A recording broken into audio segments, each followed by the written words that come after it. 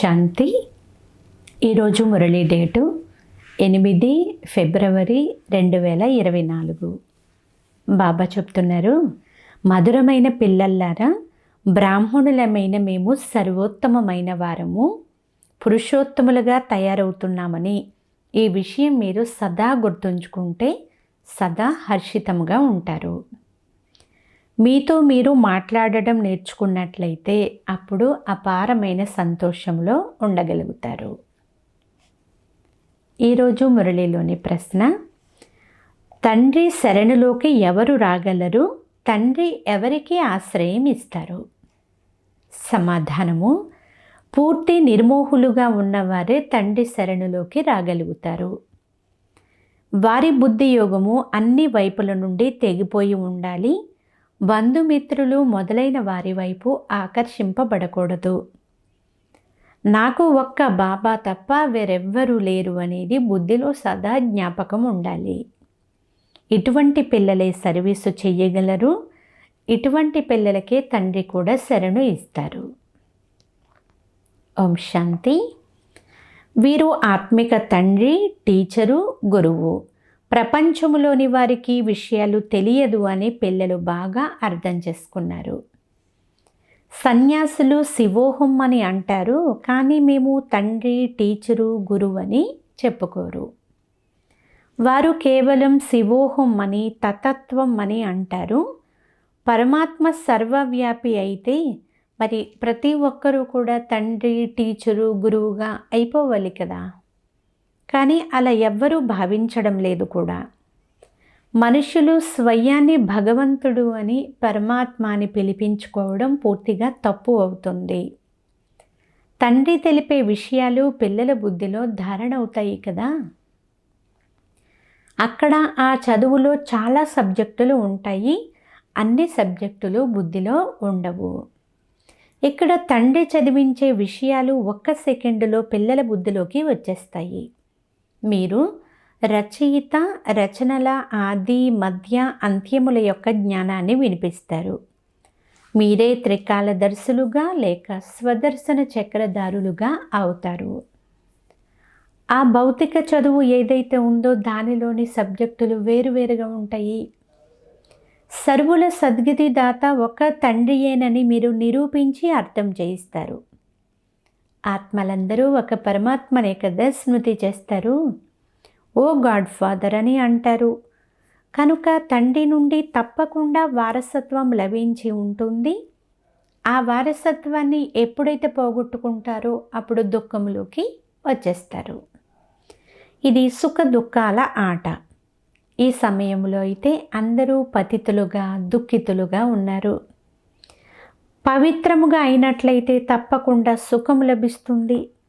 తండ్రి సుఖ ప్రపంచాన్ని స్థాపన చేస్తారు. జ్ఞానసాగరులు ఒక్క తండ్రేనని, ఆ తండ్రే మాకు అర్థం చేయిస్తున్నారు అని పిల్లలు బుద్ధిలో ఉంచుకోవాలి. సృష్టి ఆది, మధ్య, అంత్యముల యొక్క జ్ఞానములను ఒక్క తండ్రి మాత్రమే ఇవ్వగలరు. ఇతర ధర్మములన్నీ ఏవైతే స్థాపన అయ్యాయో అవన్నీ కూడా తమ తమ సమయాలలో వస్తాయి. ఈ విషయాలు ఇతరులెవ్వరి బుద్ధిలోనూ లేవు. తండ్రి ఈ చదువును పిల్లలేని మీకు చాలా సులభం చేసేసారు. కేవలం కొంచెం విస్తారముగా అర్థం చేయిస్తారు. తండ్రినైనా నన్ను స్మృతి చేసినట్లయితే మీరు తమో ప్రధానము నుండి సత్వ ప్రధానముగా అయిపోతారు. యోగానికి చాలా మహిమ ఉంది. ప్రాచీన భారతదేశ యోగము మహిమ చేయబడింది. అయితే యోగము ద్వారా ఏ లాభం జరిగింది అనేది ఎవ్వరికీ తెలియదు. నిరాకార భగవానుడు నేర్పించే ఈ యోగమే గీతలోని యోగము. మిగిలినవన్నీ మనుష్యులు నేర్పిస్తారు. అసలు దేవతల వద్ద యోగము అనే మాటే లేదు. ఈ హఠయోగము మొదలైనవన్నీ మనుషులు నేర్పిస్తారు. దేవతలు ఎప్పుడు యోగం నేర్చుకోరు, ఎవరికి నేర్పించరు కూడా. దైవీ ప్రపంచంలో అసలు యోగం అనే మాటే ఉండదు. యోగము ద్వారా అందరూ పావనముగా అయిపోతారు. అయితే అలా పావనముగా ఇక్కడే కదా తయారవుతారు. తండ్రి నూతన ప్రపంచాన్ని తయారు చేసేందుకు సంగమ యుగంలో వస్తారు. ఇప్పుడు మీరు పాత ప్రపంచము నుండి కొత్త ప్రపంచంలోకి బదిలీ అవుతున్నారు. ఇది ఎవరికైనా అర్థం చేయించడం కూడా చాలా అద్భుతమైన విషయము.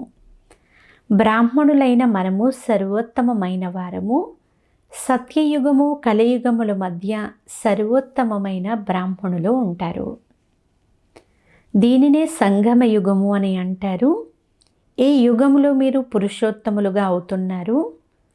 మనం పురుషోత్తములుగా అవుతున్నాము అని ఏ పిల్లల బుద్ధిలో అయితే ఉంటుందో వారు సదా హర్షితముగానే ఉంటారు. ఎంత సేవ చేస్తారో అంత హర్షితముగా ఉంటారు. సంపాదించాలి, ఇతరుల చేత సంపాదన చేయించాలి కూడా. ప్రదర్శనలో ఎంత సేవ చేస్తారో అంత వినేవారికి కూడా సుఖం లభిస్తుంది. మీ కళ్యాణం జరుగుతుంది, అలాగే ఇతరుల కళ్యాణం కూడా జరుగుతుంది అని బాబా అంటున్నారు. చిన్న సేవా కేంద్రాలలో కూడా 5-6 ముఖ్యమైన చిత్రములు ఉండాలి. ఎందుకంటే చిత్రాల ద్వారా అర్థం చేయించడం చాలా సులభం కదా. రోజంతా సర్వీసు చెయ్యండి. బంధుమిత్రుల వైపు ఎలాంటి ఆకర్షణ ఉండకూడదు. ఎందుకంటే ఈ కనుల ద్వారా చూసేదంతా వినాశనం అయిపోతుంది. అయితే దివ్య దృష్టి ద్వారా ఏదైతే చూస్తున్నారో అది స్థాపన అవుతూ ఉంది. ఈ విధంగా మీతో మీరు మాట్లాడుకుంటూ ఉంటే మీరు పక్కాగా అయిపోతారు. అనంతమైన తండ్రిని కలుస్తున్నాము అనే సంతోషం ఉండాలి. ఎవరైనా రాజుల వద్ద జన్మ తీసుకుంటే వారికి ఎంత నశ ఉంటుంది. పిల్లలైన మీరు స్వర్గానికి అధిపతులుగా అవుతున్నారు. ప్రతి ఒక్కరూ తమ కొరకు కృషి చేస్తున్నారు. కామచితిపై కూర్చుని మీరు నల్లగా అయిపోయారు అని తండ్రి చెప్తున్నారు. ఇప్పుడు జ్ఞానం అనే చితిపైన కూర్చుంటే తెల్లగా పవిత్రముగా అయిపోతారు. బుద్ధిలో ఇదే చింతన జరుగుతూ ఉండాలి. భలే ఆఫీసులో పని చేస్తున్నా స్మృతి చేస్తూ ఉండండి. అసలు స్మృతి చేయడానికి మాకు తీరిక లేదు అని మాత్రం ఎవ్వరూ అనకూడదు. ఎంత తీరిక దొరికితే అంత ఆత్మిక సంపాదన చెయ్యండి. ఇది చాలా గొప్ప సంపాదన కదా. ఆరోగ్యం, ఐశ్వర్యం 2 ఒకేసారి లభిస్తాయి. అర్జునుడు, ఆటవికుడు గురించి ఒక కథ ఉంది. గృహస్థ వ్యవహారంలో ఉంటూ జ్ఞాన యోగాలలో లోపల ఉండు వారి కంటే కూడా చాలా తీక్షణంగా ముందుకు వెళ్ళగలుగుతారు. అంతా స్మృతిపైన ఆధారపడి ఉంది. ఇక్కడ అందరూ వచ్చి కూర్చుండిపోతే సేవ ఎలా చేస్తారు? రిఫ్రెష్ అయ్యి సేవలో లగ్నమైపోవాలి. సేవ పైన గమనం పెట్టాలి. బాబా అయితే ప్రదర్శనకి వెళ్ళలేరు. ఎందుకంటే బాబ్దాదా ఇరువురు కలిసే ఉన్నారు. బాబా ఆత్మ మరియు ఇతని ఆత్మ 2 కలిసి ఉన్నాయి. వీరిది చాలా అద్భుతమైన జంట. ఈ జంటను గురించి పిల్లలైన మీరు తప్ప మరెవ్వరు అర్థం చేసుకోలేరు. స్వయాన్ని యుగళ్ళని కూడా భావిస్తారు. అయితే నేను ఒక్కరినే బాబాకు అపురూపమైన బిడ్డను అని భావిస్తారు. ఈ లక్ష్మీనారాయణల చిత్రాన్ని చూడండి, అప్పుడు ఎంత సంతోషం అవుతుంది. ఇది నా మరుసటి జన్మ. నేను తప్పకుండా సింహాసనం పైన కూర్చుంటాను. మీరు కూడా రాజయోగమును నేర్చుకుంటున్నారు. లక్ష్యము, ఉద్దేశము మీ ముందే ఉంది. నేను బాబాకి అపురూపమైన పుత్రుడను అని ఇతడు సంతోషపడుతూ ఉంటాడు. అయినా సరే ఆ స్మృతి సదా నిలవదు. ఆలోచనలు వేరే వేరే వైపుకు వెళ్ళిపోతూ ఉంటాయి. ఒక్కసారి పూర్తిగా స్మృతి నిలిచిపోయి ఏ ఇతర ఆలోచనలు రాకుండా ఉండే నియమము డ్రామాలో లేదు.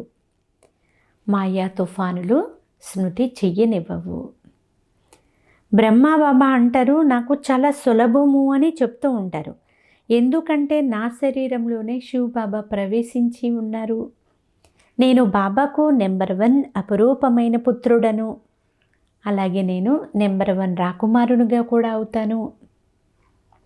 అయినా సరే నేను స్మృతిని మర్చిపోతూ ఉంటాను అని బ్రహ్మబాబా చెప్తున్నారు. అనేక విధాల ఆలోచనలు వస్తూ ఉంటాయి. ఇది మాయ. ఈ బాబాకు అనుభవం అయినప్పుడే పిల్లలైన మీకు కూడా అర్థం చేయిస్తారు. ఎప్పుడైతే కర్మాతీత స్థితి వస్తుందో అప్పుడు ఈ ఆలోచనలు సమాప్తమైపోతాయి. ఆత్మ ఎప్పుడైతే సంపూర్ణమైపోతుందో అప్పుడు ఈ శరీరం ఉండదు. శివబాబా అయితే సదా పవిత్రులు.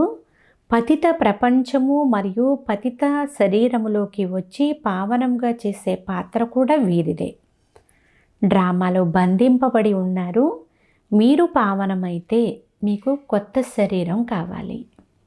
శివబాబాకు తన శరీరం అయితే లేదు. ఈ శరీరంలో ఈ ఆత్మకు మహిమ ఉంది. వారిదేముంది? మురళి చెప్పి వెళ్ళిపోతారు. ఫ్రీగా ఉంటారు. ఎప్పుడు ఎక్కడికి కావాలంటే అక్కడికి వెళ్ళిపోతారు. శివబాబా మురళి నడిపిస్తున్నారని పిల్లలకు తెలుస్తుంది కూడా. తండ్రికి సహాయం చేసేందుకు ఈశ్వరీయ సేవ చేస్తున్నాము అని పిల్లలు భావిస్తారు. నేను కూడా నా స్వీట్ హోమ్ను అంటే మధురమైనటువంటి పరంధామాన్ని వదిలి పిల్లలైన మీ కొరకే వచ్చాను అని బాబా అంటున్నారు. పరంధామము అంటే అత్యంత పైన ఉన్న ధామము, మూలవతనము. కానీ డ్రామా అంతా ఈ సృష్టిపైనే కదా జరుగుతుంది. ఇది అద్భుతమైన డ్రామా అని మీకు తెలుసు. అయితే ప్రపంచమంతా ఒక్కటే. వారు చంద్రునిపైకి వెళ్ళేందుకు ప్రయత్నం చేస్తున్నారు. అది సైన్స్ యొక్క బలము. సైలెన్సు బలంతో మనము సైన్సు పైన విజయం పొందినప్పుడు సైన్స్ కూడా మనకు సుఖాన్ని ఇచ్చేదిగా అయిపోతుంది. ఇక్కడ సైన్స్ సుఖము ఇస్తుంది, దుఃఖాన్ని కూడా ఇస్తుంది. అక్కడ సుఖమే సుఖం ఉంటుంది, అసలు దుఃఖము అనే పేరే ఉండదు. ఇటువంటి విషయాలు రోజంతా బుద్ధిలో ఉండాలి. బంధనంలో ఉన్న మాతలు విషము గురించి ఎన్నో దెబ్బలు తింటూ ఉంటారు అని బాబాకు కూడా చాలా ఆలోచనలు నడుస్తూ ఉంటాయి.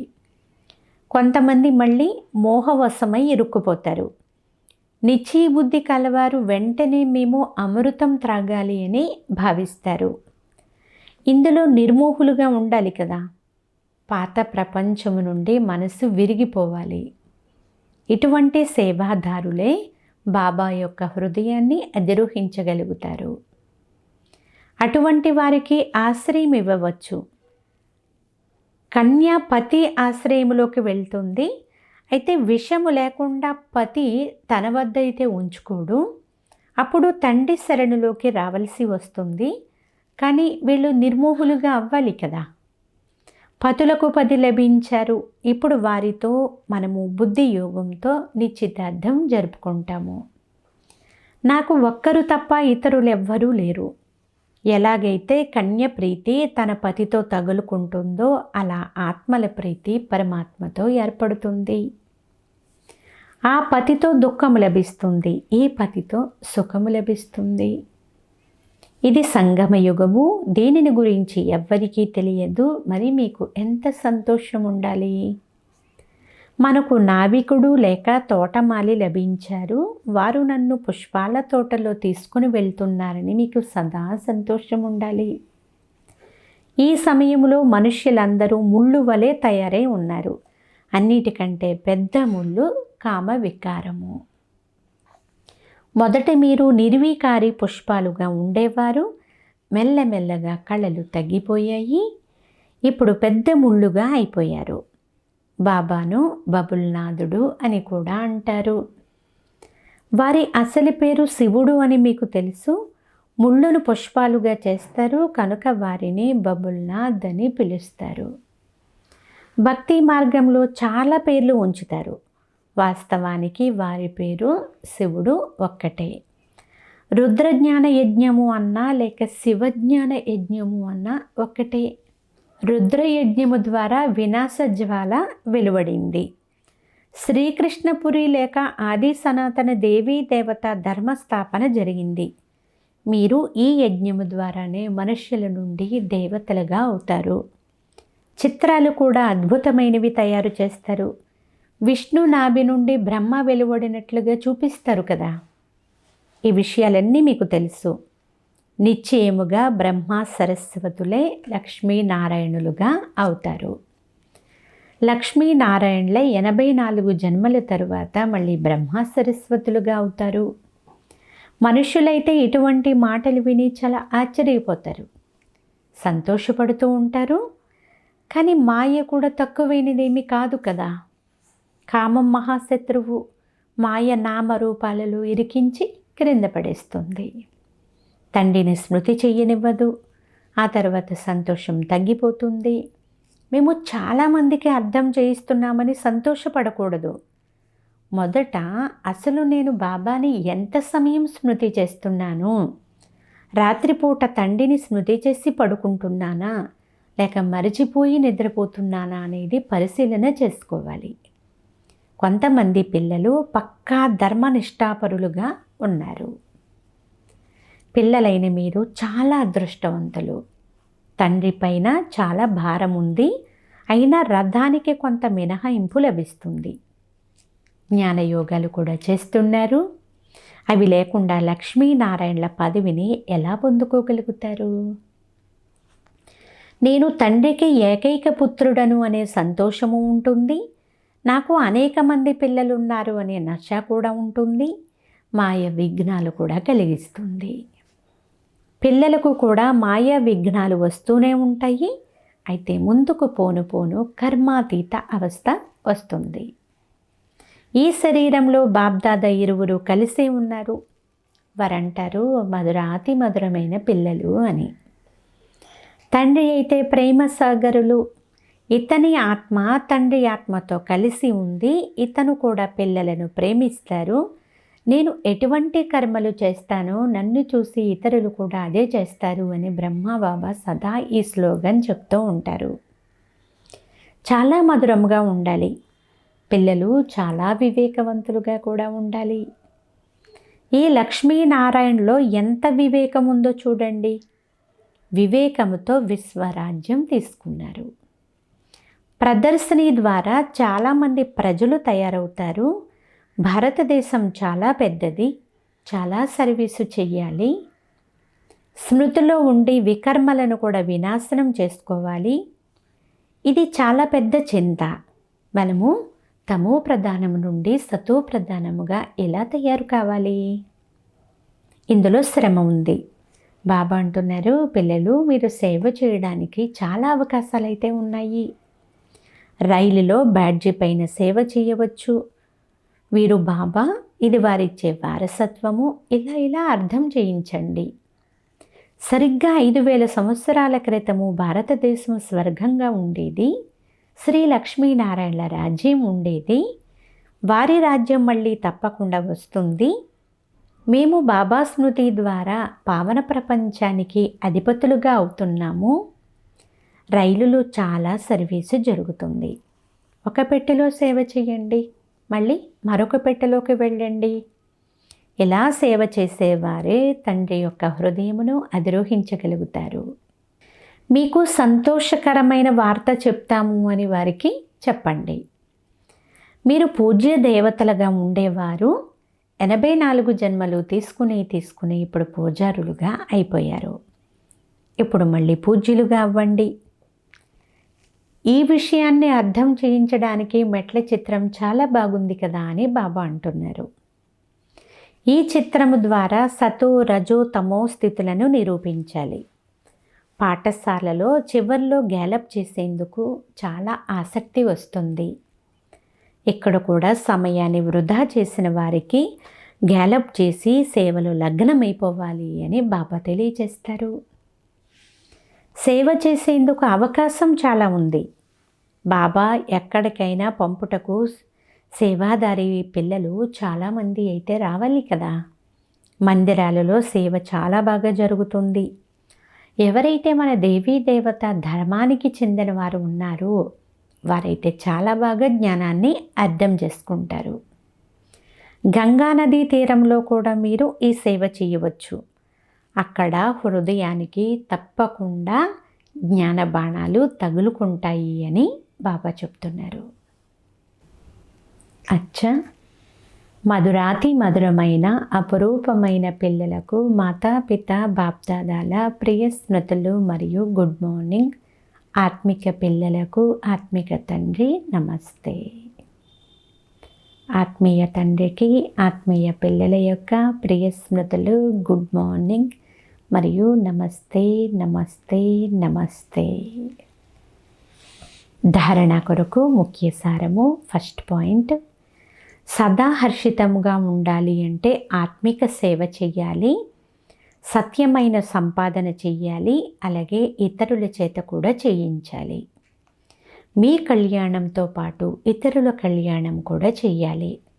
రైలులో కూడా బ్యాడ్జీ ద్వారా చాలా సేవ చేయవచ్చు. సెకండ్ పాయింట్, పాత ప్రపంచాన్ని హృదయం నుండి తొలగించి వేయాలి, నిర్మోహులుగా అవ్వాలి, ఒక తండ్రితోనే సత్యమైన ప్రీతిని ఉంచాలి. ఈరోజు వరదానము, సంగమ యుగము యొక్క మహత్వాన్ని తెలుసుకొని ప్రతి సమయంలో విశేషమైన అటెన్షన్ ఎవరైతే పెట్టుకుంటారో వారే హీరో పాత్రధారి భవ. ఏ పని చేస్తున్నా సరే నేను హీరో పాత్రధారిని అనే వరదానాన్ని స్మృతిలో ఉంచుకొని ప్రతి కర్మ విశేషంగా చెయ్యండి. ప్రతి సెకండు, ప్రతి సమయము, ప్రతి సంకల్పం కూడా శ్రేష్టంగానే ఉంటుంది. కేవలం 5 నిమిషాలే సాధారణంగా గడిచిందని చెప్పలేరు. సంగమయుగంలోని 5 నిమిషాలు కూడా చాలా మహత్వం కలవి. 5 నిమిషాలు 5 సంవత్సరాల కంటే ఎక్కువ. అందువలన ప్రతి సమయము ఇంత అటెన్షన్ మీపైన మీకు ఉండాలి. సదా కొరకు రాజ్యభాగ్యమును ప్రాప్తి చేసుకోవాలి అంటే అటెన్షన్ కూడా సదాకాలం ఉండాలి. స్లోగన్, ఎవరి సంకల్పంలో అయితే దృఢతా శక్తి ఉంటుందో వారికి ప్రతి కార్యము కూడా సంభవం అయ్యే తీరుతుంది. అచ్చా. ఓం శాంతి.